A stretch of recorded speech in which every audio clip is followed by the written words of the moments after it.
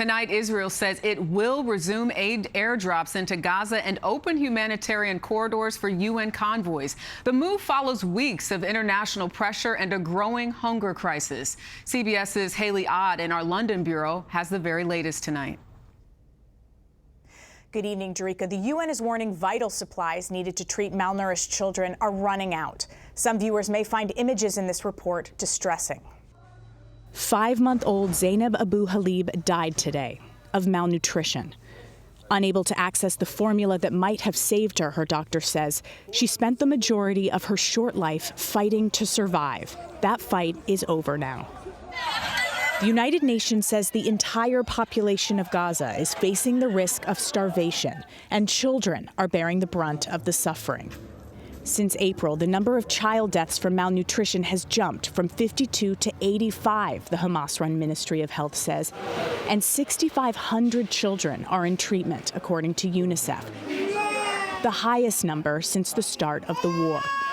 Israel says it's allowing aid into Gaza, but the UN isn't distributing it. The UN says Israel's creating obstacles that make distribution near impossible, forcing Palestinians on perilous journeys to try to find any food they can. My children haven't eaten in a week, Smood Wahad says. I give my children water and salt to drink. Some seek aid at distribution centers run by the private U.S. and Israeli-backed Gaza Humanitarian Foundation. There have been multiple reports of Israeli forces shooting and killing aid seekers around those sites. U.S. Special Forces veteran Anthony Aguilar told CBS News partner network BBC News he worked as a contractor for GHF, then resigned. In my entire career, have I never witnessed the level of brutality and use of indiscriminate and unnecessary force against a civilian population, an unarmed, starving population.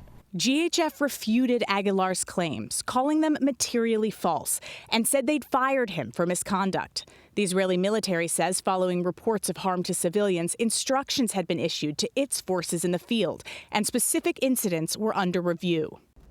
And just tonight, Jerika, Israel has said it will begin humanitarian airdrops and reopen humanitarian corridors inside the Gaza Strip, but stressed that it would continue combat operations. Haley Ott, thank you so much.